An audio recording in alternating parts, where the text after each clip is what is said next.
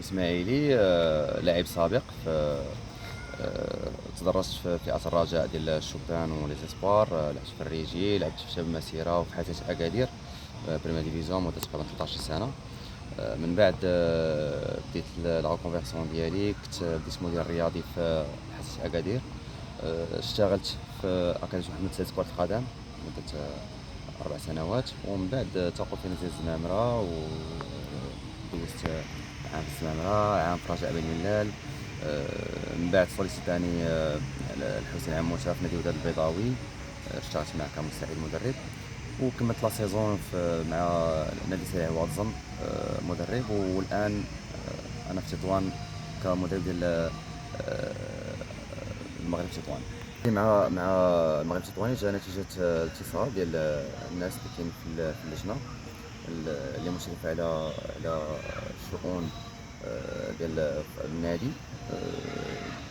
حبيت رغبة الناس هنايا، جيت كان واحد التفاهم، كان داكشي سلس، دازت الامور الحمد لله على خير. شفت الناس اللي فريمون عندهم واحد المصداقية كبيرة، ناس اللي قلبهم على الفريق، عندهم واحد المبادئ واحد القيم اللي كنتشاركها معاهم.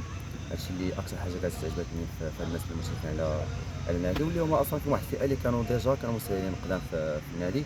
نتمنى ان شاء الله ان نكون على حسن الظن ديالهم، على حسن الظن ديال جميع مكونات النادي والناس ديال المدينه، باش ان شاء الله ندير واحد العمل يكون كبير. نتمنى من الله عز وجل ينجح في هذه المهمه، ونلقى ان شاء الله داك الصدى اللي كيستناو من الناس ديال المدينه.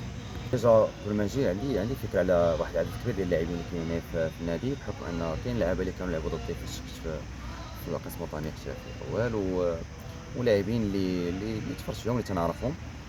كاين واحد العدد كبير ديال الشبان في الفريق اللي جيت اليوم في الحصه التدريبيه الاولى في الملاليين. يعني شفت عدد كبير ديال اللاعبين ديال الفئه ديال الامال اللي تما غنشوفوهم بعنايه، نعطيهم الوقت الكافي ديالهم باش نشوفوا لي بلو بيرفورمون اللي غيعطيو اضافه للفريق.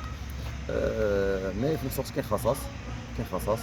التعاقدات ديالنا غادي يكونوا على حساب البودجي المتاح ديال الفريق. كنا كنعرفوا لا سيتياسيون فينونسيه ديال الكلوب، الناس يديروا مجهودات كبيره باش اول حاجه يصفيو بعدا داكشي القديم ديال السنوات الفارطه، باش هذا العام نمشيو ترونكيلمون ان شاء الله الرحمن الرحيم، باش نرجعوا الاستقرار بالدرجه الاولى الاداري والمادي للفريق، تنسيق بطبيعه الحال مع الشؤون الرياضيه، باش كون ان شاء الله الكلوب يعاود يشد لي غاي ديالو، باش ان شاء الله نمشيو في داكشي اللي كيتمناه هذه اللجنه والناس جميعا. تنسيق بيني وبين الناس ديال اللجنه، الحمد لله داكشي غادي فليكسيبل بواحد السلاسه، كنهضروا على دي بروفيل كنتشاوروا فيهم اونصومبل. انا تنامن باللي ماشي مدرب هو الباترون المطلق ديال التعاقدات. في نفس الوقت ما يمكنش المكتب هو يدير التعاقدات بوحدو، بالعكس يكون واحد التواضع، واحد الثقه بين الطرفين بجوج، اللي في مصلحه النادي بالدرجه الاولى وفي الامكانيات الحدود الماديه ديال النادي هو اللي غنمشيو عليه. هذه استراتيجيه ديال الكلوب وانا قابل بها، وبالعكس مزيانه، نمشيو ترونكيلمون باش حتى النادي ما يتضررش بدوك التعاقدات اللي كيكونوا ضخمه بعض المرات، واللي مالوزمون با مال دو فوا ما كيعطيوش داكشي اللي كيتمنوا منه الناس ديال النادي. دونك ترونكيلمون غاديين من عندي ومن عندهم، كنشوفوا كنتشاوروا الاجدر الافضل.